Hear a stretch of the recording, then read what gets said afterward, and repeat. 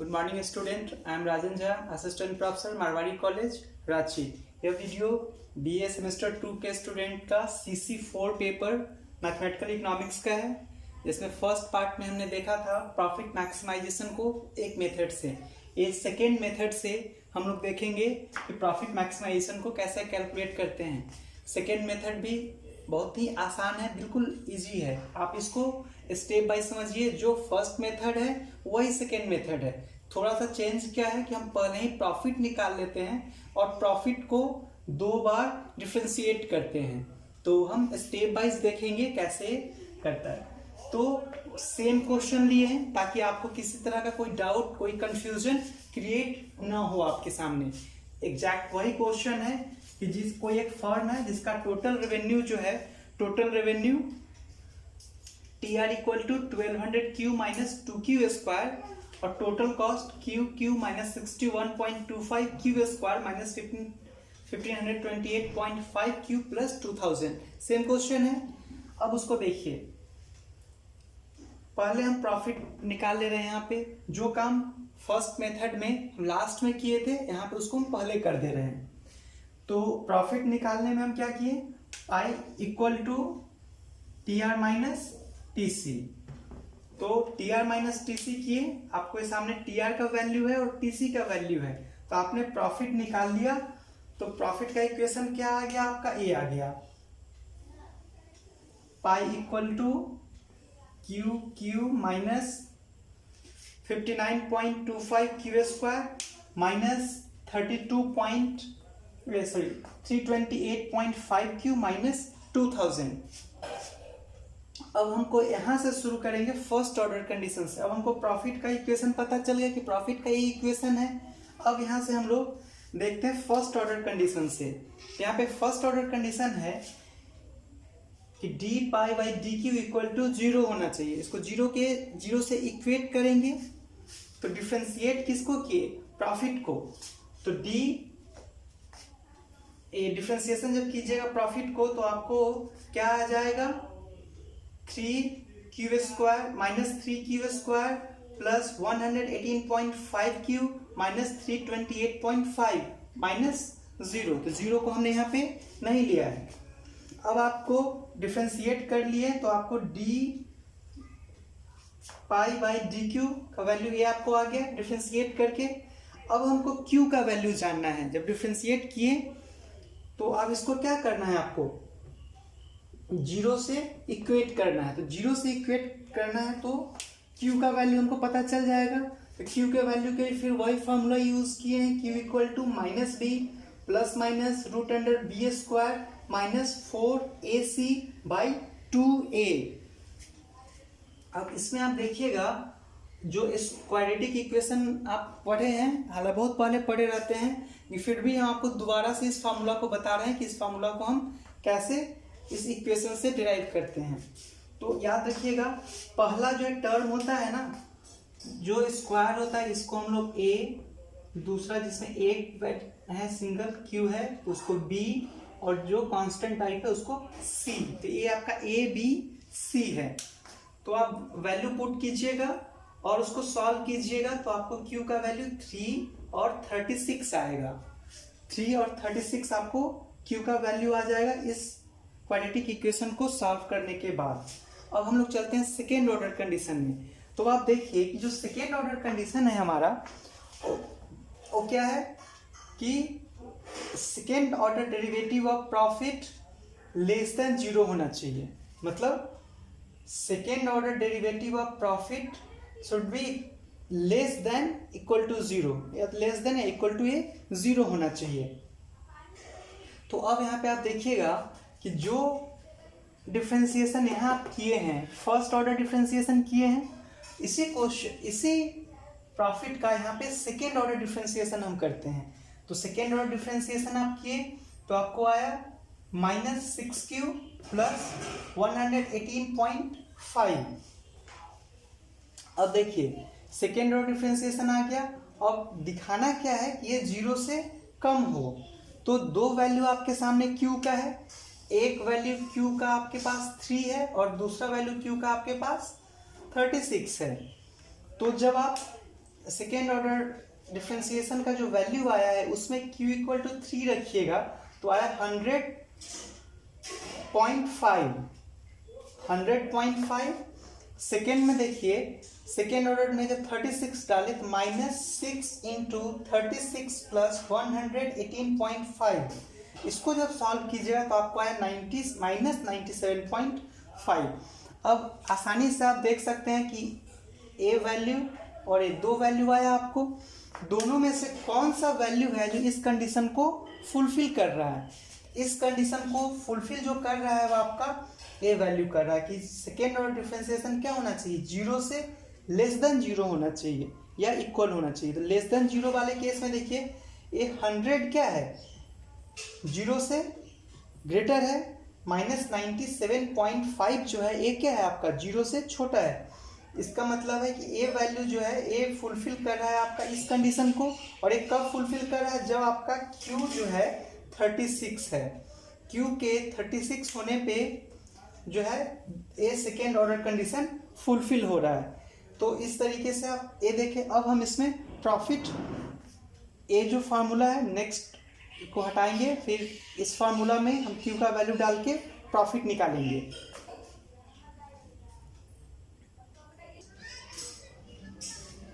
चलिए नेक्स्ट आगे देखते हैं हम लोग कि प्रॉफिट का इक्वेशन है -QQ plus 59.25 Q square minus 328.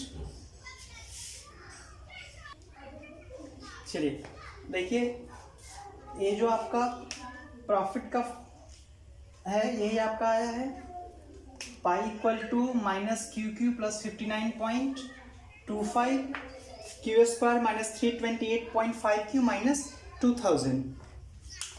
अब हम इसमें क्या किए हैं कि ये देख चुके हैं हम कि firm will maximize its profit at Q equal to 3, मतलब फर्म का जो प्रॉफिट मैक्सिमाइजेशन होगा उस किस पॉइंट पे होगा जब वह 36 यूनिट प्रोडक्शन करेगा।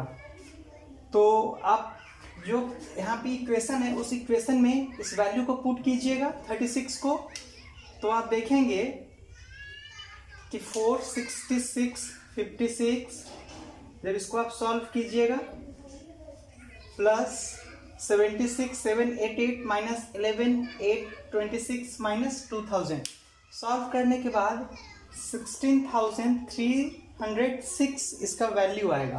अब आप ध्यान दीजिएगा जो फर्स्ट सॉल्व किए थे, फर्स्ट मेथड से जो सॉल्व हम किए थे उस मेथड के सॉल्यूशन में भी आपको इसी तरीके से 16306 मतलब 16306 रुपीज़ प्रॉफिट हुआ था फर्म को। मतलब आप दोनों में से किसी मेथड का इस्तेमाल कीजिए, किसी मेथड से इस क्वेश्चन को सॉल्व कीजिए, आपका जो सॉल्यूशन होगा, जो आंसर होगा वो सेम होगा। ऐसा नहीं है कि दोनों मेथड में कुछ डिफरेंस होगा। अगर कोई डिफरेंस आ रहा है इसका मतलब है कि आप कहीं ना कहीं कोई कैलकुलेशन में आपने एरर किया है या आपने कोई एक टर्म है जिसको डिफ्रेंशिएट करने में आपने गलती की है। तो ध्यान रखना है हमें कि कोई भी मेथड से आप सॉल्व कीजिए, फर्स्ट मेथड से या सेकेंड मेथड से, आंसर दोनों में सेम आना है, दोनों में प्रॉफिट सेम होगा। चेक करने का भी तरीका आपको बताएं वो सेम होगा। अब चेक करने का क्या तरीका बताएं कि आपको क्वांटिटी 36 पता चल गया कि 36 क्वांटिटी है जिस पर प्रॉफिट मैक्सिमाइज हो रहा है। तो आप फिर से क्या कीजिए, टीआर में क्यू का वैल्यू डाल दीजिए, मतलब 1200 इंटू 36 माइनस 2 इंटू 36 का स्क्वायर। तो उस फॉर्म का टोटल रेवेन्यू आपको पता चल जाएगा कि इस फॉर्म का रेवेन्यू कितना जनरेट हो रहा है जब वह फॉर्म 36 यूनिट्स क्वांटिटी को प्रोड्यूस करता है। नेक्स्ट में कॉस्ट पता चल जाएगा उस फॉर्म का कि 36 का क्यू माइनस 61.25, 36 का square minus 1528.5 into Q into 36 plus 2000। अब इसको अगर सॉल्व कीजिएगा 36 का क्यू का वैल्यू निकालिए, 61.25 को 36 के स्क्वायर से मल्टीप्लाई कीजिए, 1528.5 को आप 36 से मल्टीप्लाई कीजिए प्लस 2000 कीजिए, तो आपको उस फर्म को ये जो प्रॉफिट मैक्सिमाइजिंग आउटपुट है 36 उसको प्रोड्यूस करने में कितना कॉस्ट लग रहा है आपको पता चल जाएगा। अब जब आपको टोटल रेवेन्यू पता है, टोटल कॉस्ट पता है, तो आप दोनों को डिफरेंस, दोनों को एक दूसरे से सब्स्टिट्यूट कीजिए, माइनस कीजिएगा, सब्सट्रैक्ट कीजिएगा, तो आपको पता चल जाएगा कि इसका प्रॉफिट इतना आ रहा है या नहीं आ रहा है। तो आप वो भी करके उसको चेक कर सकते हैं। दूसरा, जैसे पहले वाले क्वेश्चन में देखे हैं कि अगर आपको प्रॉफिट के अलावा दूसरा कुछ भी पूछता है कि आपको AFC निकालने को पूछता है, आपको AC निकालने को पूछता है कि फॉर्म जो है उसका एवरेज कॉस्ट क्या होगा, तो आप क्या कीजिएगा, टोटल कॉस्ट को Q से डिवाइड कीजिएगा, मतलब टोटल कॉस्ट को Q से डिवाइड कीजिएगा और फिर Q का वैल्यू पुट कर दीजिएगा, तो आपको एवरेज कॉस्ट पता चल जाएगा। जैसे इस क्वेश्चन में अगर TC को Q से हम डिवाइड करेंगे तो क्या आ जाएगा, Q square minus 61.25 Q minus 1528.5 plus 2000 by Q। तो इस तरीके से आप देख रहे हैं कि कोई भी क्वेश्चन को आपको अगर सॉल्व करना है और AC, इस तरीके से आप AC कैलकुलेट कर लीजिएगा कि एवरेज कॉस्ट क्या होगा। जो भी वैल्यू है इसमें अगर आप 36 को पुट करते जाइएगा तो आपको एवरेज कॉस्ट आपको यहाँ पे पता चल जाएगा। अब एवरेज कॉस्ट के अलावा एवरेज रेवेन्यू भी आप इसी तरीके से कैलकुलेट कर सकते हैं, ठीक है। तो एवरेज रेवेन्यू भी कैसे निकालिएगा कि एवरेज रेवेन्यू निकालने के लिए जो आपका टोटल रेवेन्यू है उसको Q से आप डिवाइड कीजिएगा, तो कितना आ जाएगा ये 1200 माइनस 2Q। अब आप क्या कीजिए कि 1200 माइनस 2Q ए आपको आ गया। अब Q का वैल्यू यहाँ पे पुट कीजिए, 1200 से सब्सट्रैक्ट कीजिए, तो आपको एवरेज रेवेन्यू, और एवरेज रेवेन्यू ही कभी फर्म का प्राइस भी होता है, तो आपको एवरेज कॉस्ट, एवरेज रेवेन्यू निकल जाएगा। अब जैसे यहाँ पे टोटल कॉस्ट दिया हुआ है, तो टोटल ये जो है फंक्शन ए क्या है, TFC अगर पता करना हो किसी फर्म का तो पाई इक्वल टू जो आपका टोटल कॉस्ट है, टोटल कॉस्ट में ये जो 2000 है यही आपका क्या है, टोटल फिक्स्ड कॉस्ट है। और टोटल फिक्स्ड कॉस्ट से आपको अगर एवरेज फिक्स्ड कॉस्ट निकालना है तो क्या कीजिएगा, TFC बाई Q, तो 2000 बाई Q कीजिएगा तो आपको एवरेज फिक्स्ड कॉस्ट पता चल जाएगा। इसी तरीके से अगर आपको एवरेज वेरिएबल कॉस्ट निकालना होगा तो इतना टर्म -2000 को छोड़ के जो टर्म है आपका यहाँ पे, यहाँ से लेके यहाँ तक के टर्म को, जैसे कि AFC निकालने के लिए पहले यूज क्या करिएगा, जो आपका TVC है तो TVC आपका कितना होगा, A पार्ट आपका TVC का है, तो कैसे निकालते हैं, TVC बाई Q।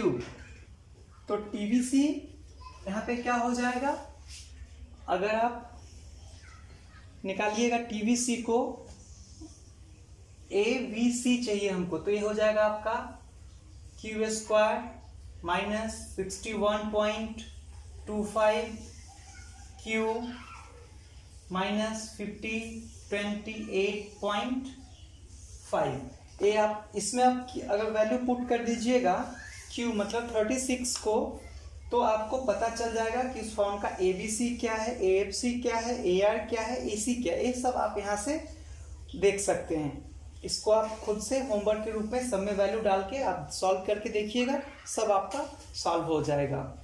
ठीक है, थैंक यू।